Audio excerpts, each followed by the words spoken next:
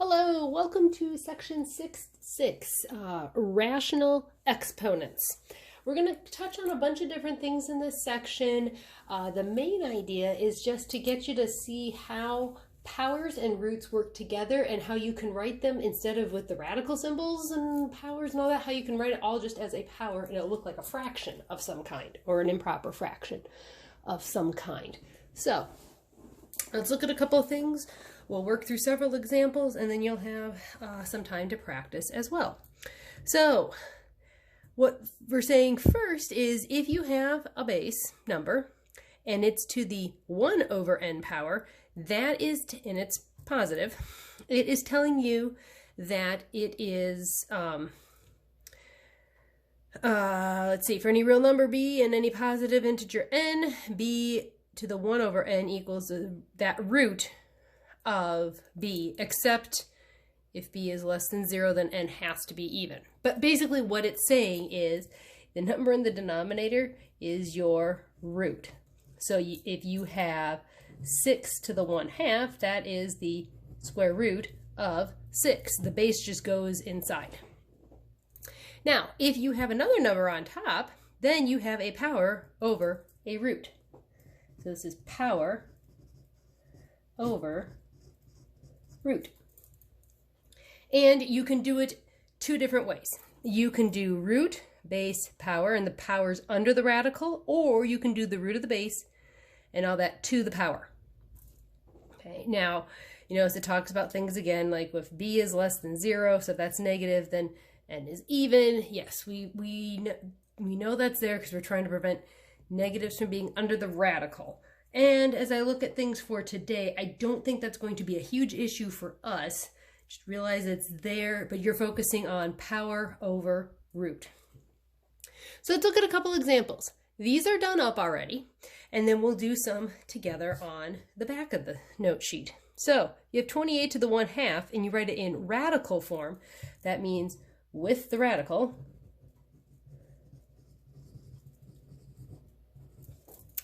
Then you're going to do square root of 28 and then simplify. Always go to try and simplify. And so it would simplify 2 squared times 7 because that's 4, or you might look at it and go, oh, well, I know it's square root of 4 times 7. So then you end up with square root of 2, or 2 square root of 7. Sorry, I said that backwards. So that's what's happening there. Now, you'll also be asked to evaluate sometimes. So here you're being told to take negative 8 to the 1/3 power and negative 125 to the 1/3 power. So what's happening is we're taking the cube root of negative 8 over the cube root of negative 125. You can do those individually. Cube root of negative 8 is negative 2. Cube root of negative 125 is negative 5. Just finish simplifying because the two negatives cancel out to become positive. Now, a couple hints to keep in mind as you are simplifying expressions. All the properties that we talked about in lesson 1, all the power rules and adding exponents, or not exponent, well, yeah, adding exponents, adding functions, any of that kind of stuff applies. And when you simplify expressions with rational exponents, leave the exponent in rational form. So that means with the fraction, or so with fraction powers. Basically, you're going to leave it the way it started. Even if you transfer it to another way to solve, go back to the original form. And you write the expression with all positive exponents. We don't want negative exponents. So do any of that kind of simplification. Any exponents in the denominator must be positive integers, because that means then there's no roots in no radicals in the denominator.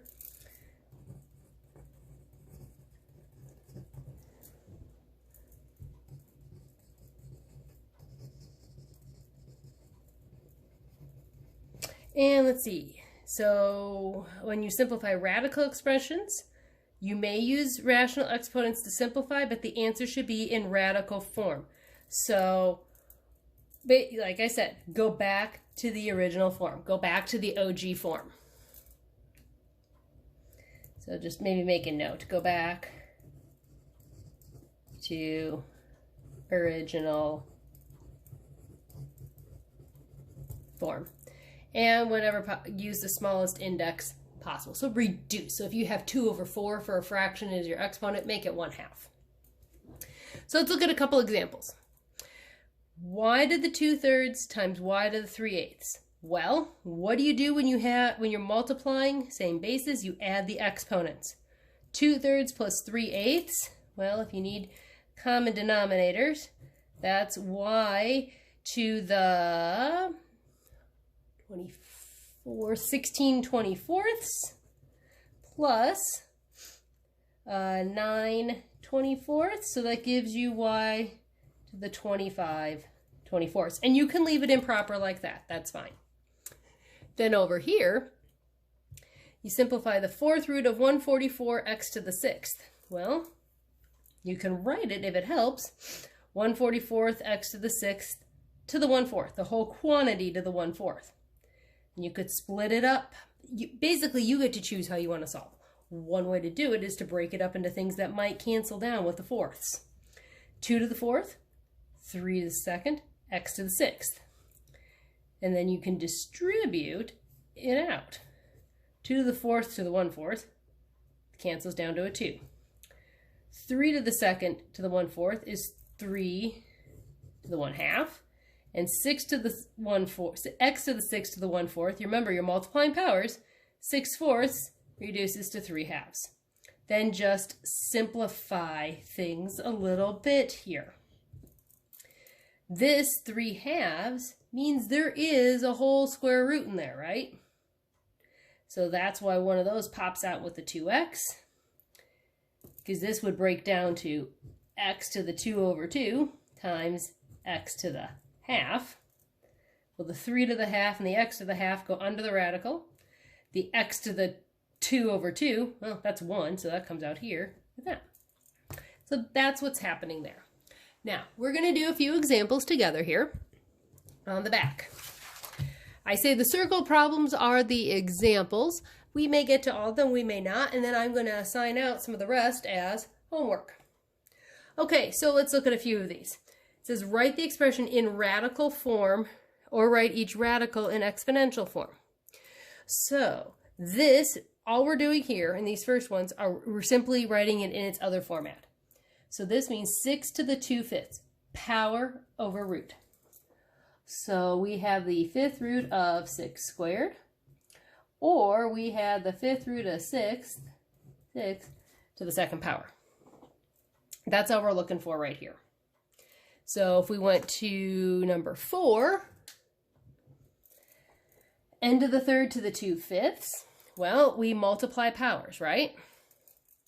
So we had n to the 6/5, and then you could, we need to write it in radical form, right? Well, then we'd have the 5th root of n to the 6th, and that at least shows that you know how it gets written.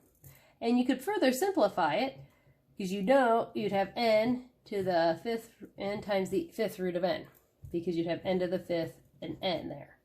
And so the n to the 5th would cancel with the 5th root. All right, let's see. 4th root of 153, that is 153 to the 1/4. 5th root of 2a to the 10th b, well, we'll just write it out in each piece.